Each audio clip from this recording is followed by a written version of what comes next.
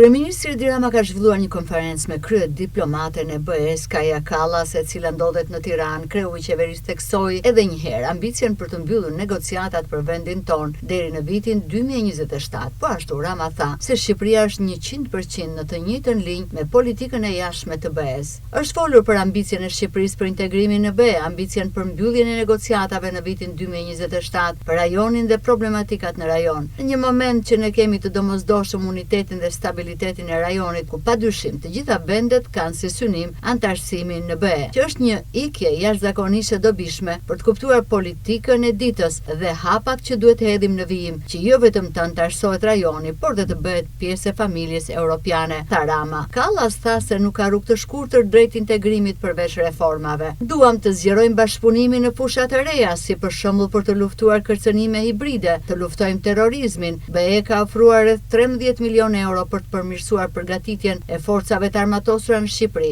Nuk ka ndonjë rrugë të shkurtër për të arritur në BE, përveç performancës së duhur në reforma, tha Kallas. Po kështu firmoset dhe marrëveshja për financimin e kurudhës Durrës-Rogozhin, pjesë e korridorit 8, një projekt i rëndësishëm për zhvillimin e infrastrukturës dhe lidhjes më të mirë të Shqipërisë me rrjetin evropian të transportit. Firmosja e marrëveshjes do të pasohet nga një konferencë e përbashkët për shtyp mes Ramës dhe Kallas. Kjo është vizita e parë në Shqipëri e Kallas, që nga marrja e detyrës si përfaqësuese e lartë e politikës së jashtme të BE-s. Një ditë më parë Kallas ishte në Maltëzi, ndërsa ndalesën e fundit të vizitës në Ballkanin Perëndimor, Kallas do ta ketë në Bosnjë dhe Hercegovinë, ku do të zhvillojë takime me krerët e presidencës, me kryetarin e Këshillit të Ministrave dhe ministrin e jashtëm të Bosnjës dhe me përfaqësuesit e forcës europiane në Bosnjë EUFOR.